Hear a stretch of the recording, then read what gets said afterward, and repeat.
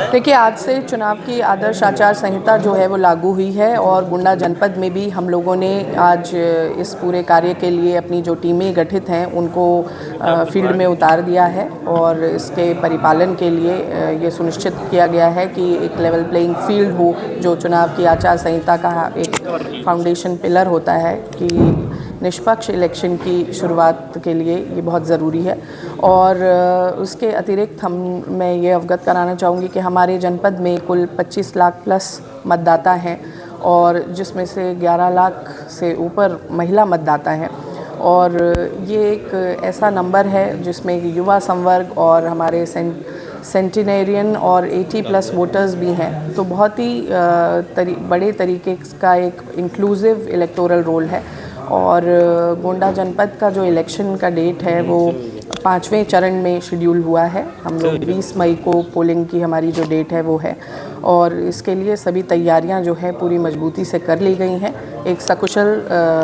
Election सुचितापूर्ण माहौल में और निष्पक्ष माहौल में कराने के लिए हम सब प्रतिबद्ध हैं। मैम, इधर आने वाले दिनों में लगन भी पड़ेगी, तो कितना कैश लेके जा सकते हैं? देखिए, कैश लिमिट्स जो हैं वो 50,000 की लिमिट है, निर्धारित है गाइडलाइंस में, लेकिन इसको लेकर के पूरी तरीके से मैं चाहूँगी कि एक माहौल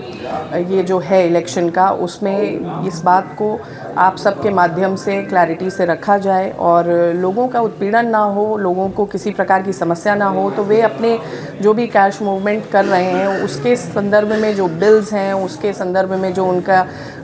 उसके विड्रॉल्स की स्लिप्स हैं या बैंकिंग ट्रांजैक्शन है, तो बैंक से संबंधित जो दस्तावेज हैं वो ज़रूर अपने साथ लेकर चलें ताकि उन्हें किसी भी प्रकार की अनावश्यक दिक्कत ना फेस करनी पड़े। मैम, जिनकी ड्यूटी लगेगी, कुछ ऐसे भी हैं जो कॉन्ट्रैक्ट बेस पे हैं, तो ऐसे लोगों को भी चुनाव में लिया जाएगा? देखिए, डायरेक्टली जो मैन पावर हमारे बूथ्स को हैंडल करता है, मतलब जो हमारे पोलिंग पर्सनल हैं, उसमें किसी भी तरह के कॉन्ट्रैक्चुअल स्टाफ को नहीं लगाया जाना है। मैम, अक्सर देखा था कि चुनाव जब करीब आ जाता है तो डोर टू डोर पैसे और शराब बांटने की का चलन है, उसको जिला प्रशासन कैसे रोकेगा? देखिए, इस पूरे इलेक्शन में मनी पावर, मसल पावर पर बिल्कुल जो है पूर्णतः प्रतिबंध, ये हमारी एक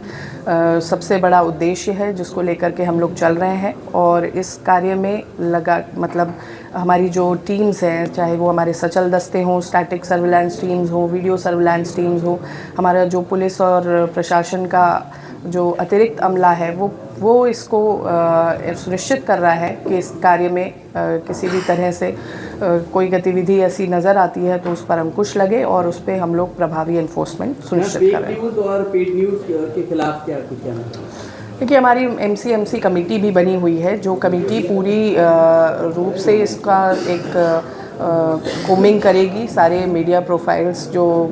अभ्यर्थियों के हैं, कैंडिडेट्स के हैं, और इसके अतिरिक्त भी सोशल मीडिया पे इस तरह की संचरण, कोई भ्रामक या अफवाहपूर्ण कोई न्यूज़ है या मिस इन्फॉर्मेशन है, और उस पर प्रभावी अंकुश लगाएगी वो कमेटी। डिजिटल ट्रांजैक्शन जो इनलीगल होंगे इस चुनाव में, उस पर प्रशासन की नज़र कैसे रहेगी? डिजिटल ट्रांजैक्शंस को लेकर के सेंट्रलाइज्ड मॉनिटरिंग है, तो ये सेंट्रल लेवल पर ही देखा जा रहा है, बट हम लोग भी अपनी तरफ से जो हमारे बैंकिंग ट्रांजैक्शंस हैं उनके सस्पिशियस विड्रॉल्स इत्यादि पर लोकल लेवल पर हम लोग देखेंगे। मैम, सीनियर सिटीजन जो बूथ पर नहीं आ सकते हैं उनके लिए क्या करेंगे? सीनियर सिटीजन्स के लिए एक विकल्प है कि वे अपने होम वोटिंग का एक विकल्प है, जिसको लेकर के जो निर्वाचन आयोग है उसने अपने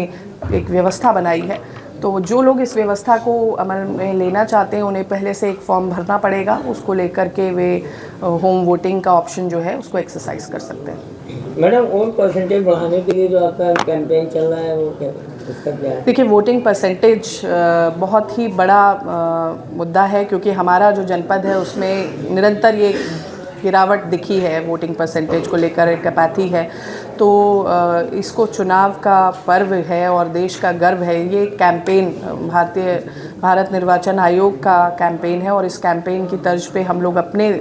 जो डिस्ट्रिक्ट है उसमें भी इस पूरे कार्य को आगे लेके जाएंगे, आपके माध्यम से, इलेक्टोरल लिटरेसी क्लब्स के माध्यम से, और हमारे जितने भी स्टेक होल्डर्स हैं, चाहे वो युवा मतदाता हों, चाहे वो महिला मतदाता हों, उन सब के बीच में फोकस टारगेटेड इंटरवेंशन के तहत हम वोटर टर्नआउट को बढ़ाने का प्रयास कर रहे हैं।